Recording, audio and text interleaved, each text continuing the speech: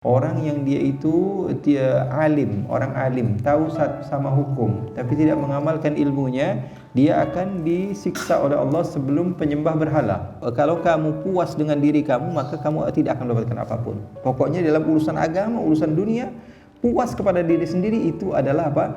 Kunci kegagalan. Orang yang tidak pernah puas dengan dirinya sendiri. Oh, saya ini di kampung saya paling alim nih, tapi kalau saya keluar sedikit saya kerdil. Saya nggak dianggap sama orang. Artinya apa? Dia akan memiliki semangat untuk lebih menuntut ilmu. Di kampung saya paling kaya. Alhamdulillah nih saya paling kaya. Coba keluar sedikit, ada yang lebih kaya. Dia akan lebih semangat lagi untuk mencari harta. Begitu juga ibadah. Dia terbiasa untuk ibadah yang banyak. Tiba-tiba dia keluar, banyak orang yang wali yang lebih banyak ibadah kepadanya.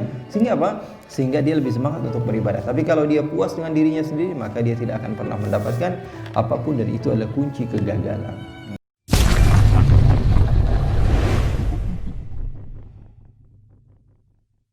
Bismillahirrahmanirrahim. Assalamualaikum warahmatullahi wabarakatuh. Alhamdulillah wa sallallahu wa sallam wa baraka ala Rasulillah Muhammad ibn Abdullah wa ala alihi wa sahbihi wa man walah wa la hawla wa la quwwata illa billah. Pada pertemuan kita pada bulan lalu kita sudah berbicara seputar niat seseorang yang mau mendapatkan ilmu. Orang yang mau mendapatkan ilmu karena ingin dipuji orang, lebih baik jangan dekati ilmu. Karena apa? Ilmu tersebut malah akan menjadikan orang tersebut semakin jauh daripada Allah.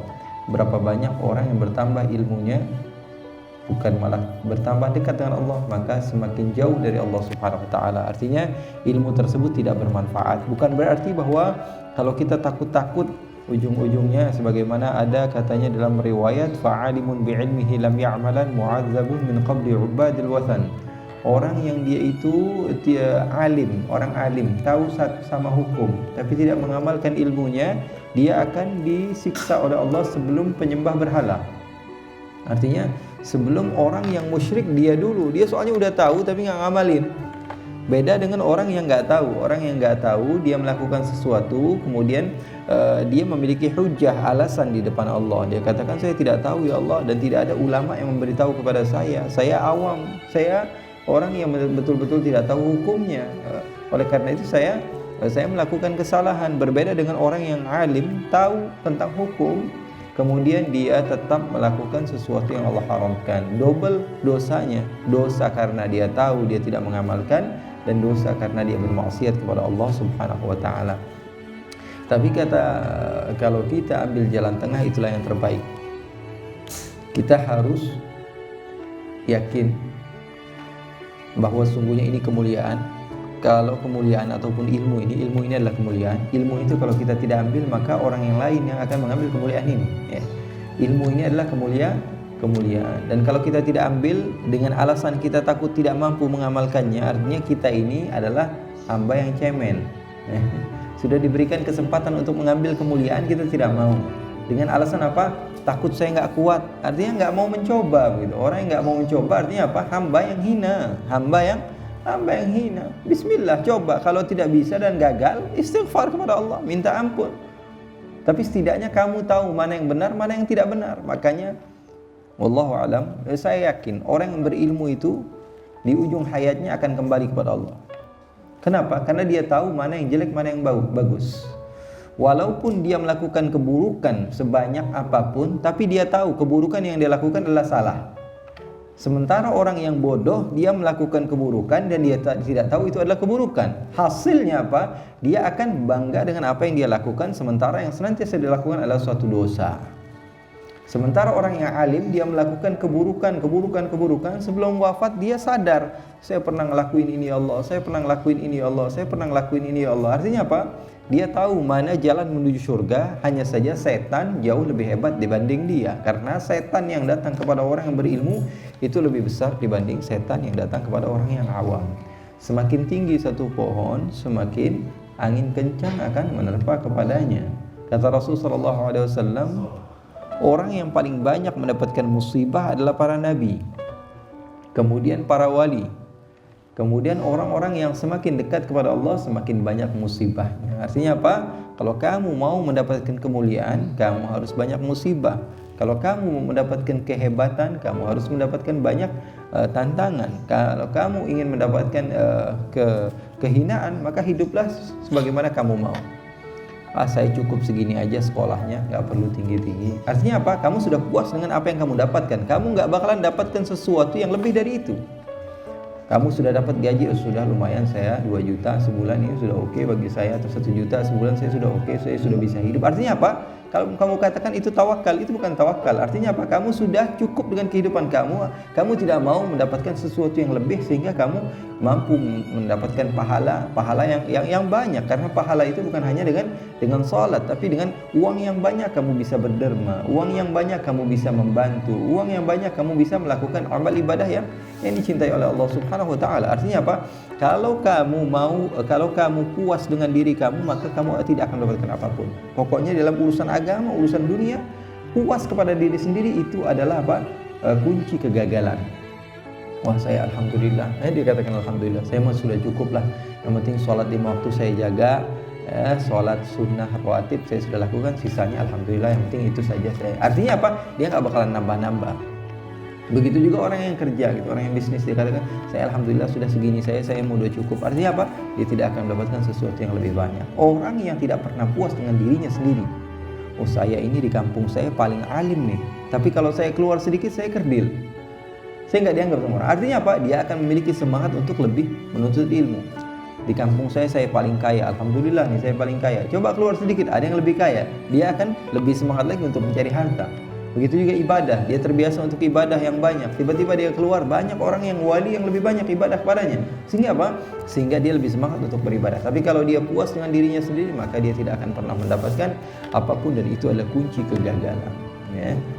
Cara sukses adalah dengan tidak pernah puas dengan diri sendiri. Cara sukses dalam segala hal adalah ketika seseorang tidak pernah puas dengan pencapaiannya.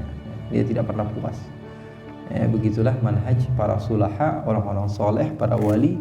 Mereka tidak pernah puas dengan apa yang mereka lakukan. Bahkan di antara doa-doa mereka apa? Ya Rabbana a'tarafna bi anna naqtarafna wa annana asrafna ala ladha ashrafna. Ya Allah, ya Tuhan kami mengaku sesungguhnya kami banyak dosa, dan sesungguhnya kami ini teledor dengan kehidupan kami, dan kami sesungguhnya sudah dekat sekali dengan api neraka. Nurai lil khalaiq walil wara nunafiq. Setiap melihat manusia kami pura-pura seperti orang yang baik, setiap melihat manusia kami seperti orang yang munafik. Naqulu bil lisani, senantiasa kami berkata dengan lidah kami, ma laysa fil janani, apa yang tidak sama dengan hati kami. Kami senantiasa berkata kepada manusia dengan lisan kami, dengan lidah kami, tidak pernah sesuai dengan apa yang ada dalam hati kami. Artinya apa? Artinya mereka senantiasa sadar diri gitu. Walaupun ibadah mereka banyak, akan tetapi mereka senantiasa tidak puas dengan apa yang telah mereka capai. Itu adalah kunci kesuksesan dalam urusan dunia dan urusan akhirat. Sekarang, kemarin kita sudah bahas masalah niat seputar belajar agama. Seperti sekarang kita ini niat kita mau belajar, mau ngapain? Biar dibilang orang baik. Lebih baik jangan, katanya. Kesian guru kalian. Guru yang mengajarkan kepada kalian, artinya apa? Dia ikut andil di dalam kemaksiatan kalian, dia ikut andil dalam kesesatan kalian, dia mendapatkan dosa sama seperti ketika kalian mendapatkan dosa. Mendapatkan ilmu untuk hal-hal duniawi itu tidak baik. Sungguh hal yang membuat hati sedih ketika kamu datang ke tempat seseorang mengharapkan dunianya, sementara orang tersebut mengharap kedatanganmu karena akhiratmu. Aib sekali sepertinya. Kamu datang ke rumah orang berharap dunia mereka, sementara mereka mengharap kedatanganmu karena akhirat kamu. Artinya apa? Kamu sekarang sedang menjual akhirat kamu dengan dunia mereka. Artinya apa? Dunia itu hina, ya akhi. Dunia itu hina. Kecuali sesuatu yang bisa membawa kita kepada akhirat. Memang boleh, tidak ada yang melarang. Tapi ya ingatlah, usia kita ini paling panjang 70 tahun. 70 tahun itu sesuatu yang sebentar. Tidak terasa sudah 40 tahun, sudah 50 tahun, sudah 60 tahun, tidak terasa. Kalau kita tidak ada pencapaian akhirat kita, orang tua kita susah di akhirat, orang yang kita cintai susah di akhirat, anak kita tidak ada tarbiyah yang baik. Artinya apa?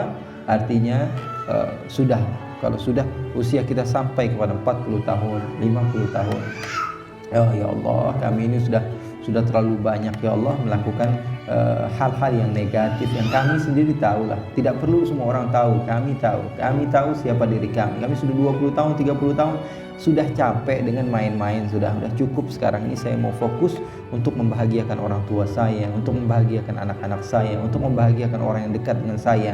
Saya ingin berjuang untuk akhirat saya. Kalau satu hari saya mendapatkan 1 pahala, artinya dalam 1 tahun saya mendapatkan ratusan pahala.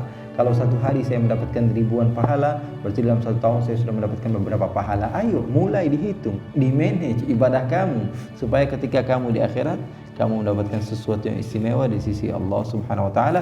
Karena kalau sudah masuk kubur nggak bisa balik lagi, udah masuk kubur gitu. Dan tiba-tiba kita nggak ada yang tahu, kita lagi sakit tiba-tiba sudah bangun-bangun dalam kubur. Kata Rasulullah SAW, "An-nasu niyamun wa idza matum intabahu." Manusia itu semuanya tidur, kalau mereka mati baru mereka sadar. Ya Allah, ini hakikat kehidupan yang sebenarnya. Na'udzubillah min dzalik. Mudah-mudahan kalau Allah kasih kita sentilan di dalam hati kita, artinya itu isyarat Allah inginkan kebaikan kepada kita. Kalau dikasih sentilan, artinya Allah ngasih kode begitu. Allah ini sayang banget sama kamu, ayo berubah. Kalau nggak mau berubah artinya apa? Hati kita ini emang sudah kotor, hati kita ini sudah mati.